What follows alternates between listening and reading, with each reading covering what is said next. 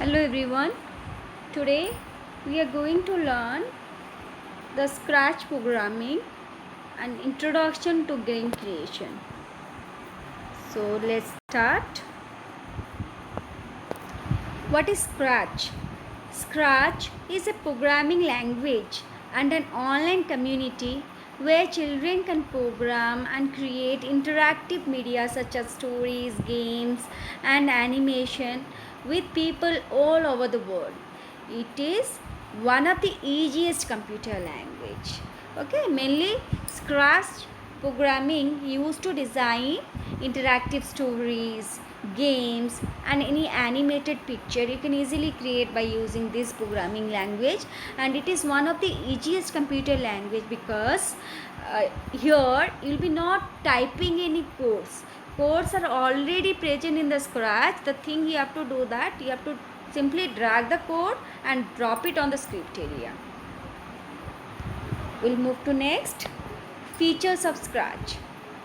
Scratch is freely available on internet and can be downloaded. It is freely available. You can download it from the internet. It is easy to install and understand. You can easily install it and understand it. It provides a graphical environment. That means here all the things will be available in form of pictures. Okay, in the form of pictures. So you can, if you see the picture, you can understand more easily compared to a written note. So everything will be available in form of picture, so easily you can understand this. It does not require writing long text code of the program. Here you will be not writing any text as the codes are already available in it. Simply drag the code and drop it on the script area. And last feature, it provides blocks which are used for creating a script. Here we have blocks that can be used to create a script. Script are what? They are the programs. Okay. So we'll move to next. Starting Scratch. How we'll start the Scratch. Okay, you have to follow these steps to start it. Click on start button. First you have to install it. After installation you have to click on start button. Then click on all apps. Simply click on Scratch. The Scratch window will appear. Now we'll read about the component of Scratch. The first one is sprite. The character in Scratch which perform functions controlled by script is called sprite. Cat is the default sprite in the Scratch. See, sprite are what? Sprite are the object that perform any action on the stage. Okay, sprite are nothing else, they are object that perform any kind of action on the stage. By default, when you open our Scratch editor, you'll be getting this cat sprite. Okay, this is the default sprite of Scratch. Stage, where the action will be present, that part is known as stage. Or where the sprite moves or interact with the user, the place is known as stage. So let's read. The area where the sprite moves is called the stage. It is an area where we see our stories, games and animations. It is the area where sprite moves, draws and interact. In stage only the sprite is to move, draw and interact. So you can see this one is the cat sprite. We'll move to next. Also the sprite and stage here in this figure. You can see here you can see the default sprite cat. Here this is known as sprite, the object is known as sprite, and this area, the plain background, the white color part is known as stage. Okay, here only the sprite moves, interact and draw something. The next component is sprite list. It displays all the thumbnails of sprite which we have selected. Sprite list will display all the thumbnails. Thumbnails means small size. Size of sprite will be small size, will be available on sprite list. Block palette. It is an area where related instructions are grouped together. In block palette you will be getting all the codes, okay, related to a particular block. You can find in block palette. And simply you need to drag the block and drop it on the script area. The next part comes script area. Script is a step-wise instruction that we give to a sprite to do a particular task. See, if you want your sprite or the default sprite cat to say meow, then you have to assign a sound, right? The sound of meow must be assigned to the cat. That will be done through codes, okay? And the codes are available in block palette. In block palette we have codes. Simply you have to take a code from sound block, the sound meow, and drop it on the script area, and script area is this part, okay? Script area is a place where we write the script for sprite. Sprite are also, the script is also called program. I told you script is also called program. Each instruction that is present on the script area are called command. So we'll discuss, this part is known as sprite list. You can see number 8 here. All the sprite pictures will be available on thumbnail size. Thumbnail means smaller in size. You can see here the cat sprite is there. Here is the cat sprite. You can find it on the sprite list.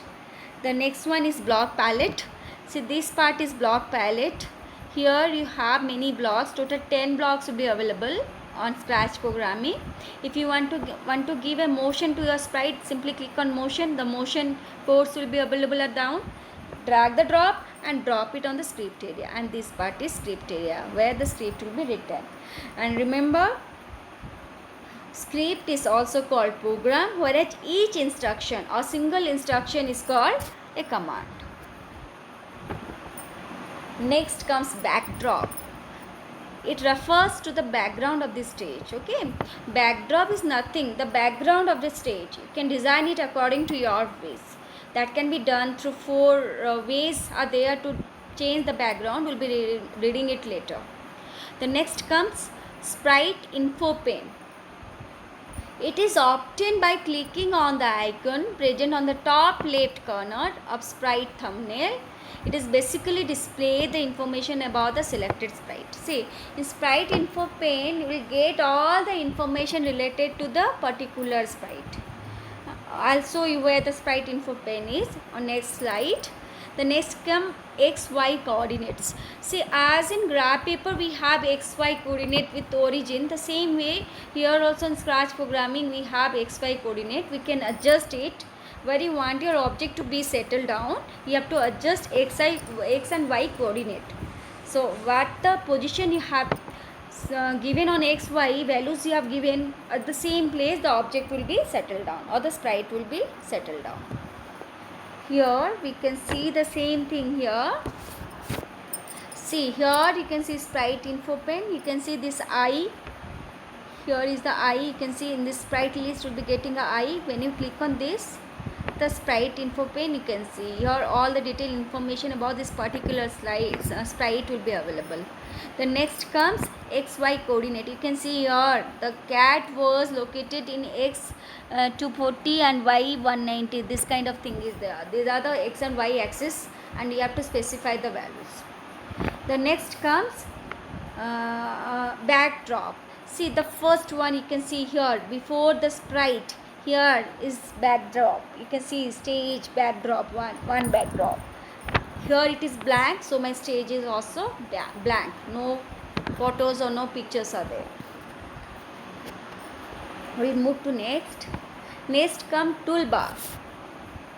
Topmost bar of Scratch window which contain different options like file, edit, tips and about are called toolbar. See, normally in MS Word, MS PowerPoint we have toolbar where options like file, edit will be present. Similarly in Scratch also we have the toolbar. Next come cursor tool. These tools are present at the top of the Scratch window. They are duplicate, delete, grow and shrink. What do you mean by duplicate? Duplicate will create a duplicate copy of sprite. Delete, it delete the sprite. Grow will increase the size of sprite, and shrink will decrease the size of sprite. I'll show you. See, this menu bar is also known as toolbar. These are the toolbars. And next comes cursor tools. Here are the cursor tools. The first one you can see this symbol that stands for duplicate. The next one is delete. If you want to delete a sprite, you have to click on this. Third one is grow. If you want to increase the size of sprite, you have to click on this. And the last one is shrink. If you want to decrease the size of sprite, you have to click on this. Next come tabs. Tabs. Scratch provide 3 different types of tabs like script, costume and sound. What is script? These refer to the script I told you. The stepwise instructions are called script. Okay. Costume. This tab contain the information about the sprite we have chosen on the script area. It will contain all the information of the sprite that was chosen on the script area. A new sprite can be, even you can paint a new sprite through paint editor, or you can import a new sprite in your computer or laptop, or you can take a picture through camera and install it. Okay, these are the 3 tabs will be available on Scratch programming. Next come view full screen. It display your project in full screen mode, means it will enlarge the stage, and it will be only the stage will be visible on the screen. And the last one is block help. It is used to get a quick tip from for a specific block. It will be for a specific block. By clicking on the block help button, the mouse pointer changes to question mark. I'll show you this. So let's see.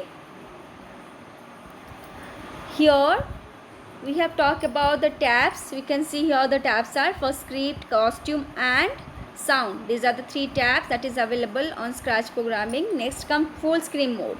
If you click on this button, then the stage will be available in the whole screen. Okay, only the stage part will be available in whole screen. That is full screen mode. The next comes block help. See here the question mark is, if you want any information related to a particular block, then you can click on this question mark and you can use your keyword to search the particular information. Now types of blocks in Scratch. We have many types of blocks in Scratch programming. The first comes stack block. Stack block represent the stack block represent the main commands. It contain the notch at the top and bump at the bottom.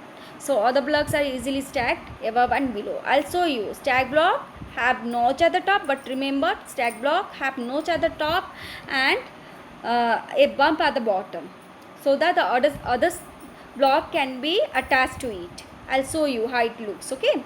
Next come head blocks. Head blocks are designed to start a script. It is normally designed to start a script. So it will have a notch at the bottom, but in top it will not have. So let's see how it looks. Here you can see these are stack block. It have a notch at the top, whereas a bump at the bottom. Next, here is example of head block. It have notch at the bottom, but in top you cannot attach any blocks, because here we don't have a notch at the top, only we have at the bottom. So any blocks can be attached to it, but above it cannot be attached, only below it can be attached. Next, boolean block. Boolean block represent the conditional logic which is right, that means either true or false, which result it will be result with result in true or false. Say boolean block, normally it will have it will be giving us the result in true or false. Okay, if it will be true, it will execute some part of sentence or some part of the course. If it is false, it will execute the other part of the code. Then comes reporter block. Reporter block contain the value which can be a number or string. Here you can input any values, and values can be number or it can be string. And next one is C block. C block are also known as wrap block. Okay, they are C shape. These block loop the condition. Looping means what? Executing the same sentence, same codes number of times. That is known as looping. That can be done through C block. C block are also known as control block. You can see this figure is example of boolean block, and this is reporter block. Reporter block means you can specify any number or a string, and all these C shaped blocks are control block or C blocks. And the last one is cap blocks.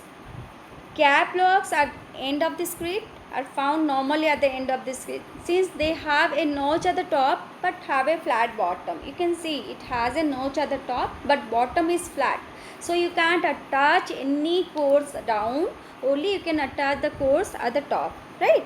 So from these blocks, just have a clear idea that the hat block will be at the starting point and the cap block will be at the ending point. Okay. Next come changing backdrop. I told you backdrop is nothing, it's just a background of a stage.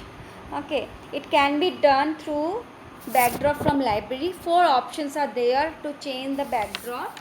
First one is backdrop from library, second one is paint a new backdrop, and third one is upload a backdrop from file, and last one is backdrop from camera. Okay, how it will be done, I'll just simply show you. First one, you have to select the backdrop. Okay, step 1, this is all about upload backdrop from library. Okay, you have to select on stage backdrop, then you have to click on this icon. You can see this stand for choose backdrop from library, the first one. If you see down also, you are having this choose backdrop from library. Sorry, here it is, choose backdrop from library. When you select on this, then this part will be backdrop library will be opened. Okay, from here you have to select the particular picture as background, then click on OK. The backdrop will be, the background of the stage will be changed. Second one is paint a new backdrop. I'll show you how it will be done. See, first you have to select here the paintbrush. You can see here down here, if you see paintbrush, you have to select on this, then a paint editor will be open. See, this is the paint editor. Okay, here will be getting all the tools such as paint, pencil, rubber, shapes, colors will be available. You can paint your own background and that can be uploaded to the stage. Next one is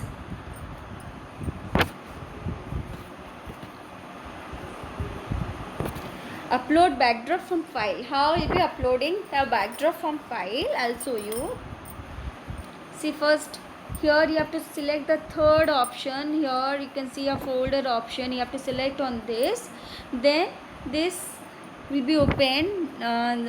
Select file to upload in Scratch programming, this folder will be open. Under this you have to select the particular folder where that background file is present. Select it and click on open. The file will be uploaded as a background of stage. And the last one is new backdrop from camera. Even you can click the photo and then you can upload it as a background. How it can be done, I'll show you simply on the diagram. Then now you have to use the fourth option. Okay, this is the camera. You have to click on this. Your camera, if you have inbuilt camera, that will be activated. Simply take the picture and then click on save. Once you click on save, the background or the backdrop will be saved. Okay, with this we'll end up. The next part we'll be doing on next class. So thank you.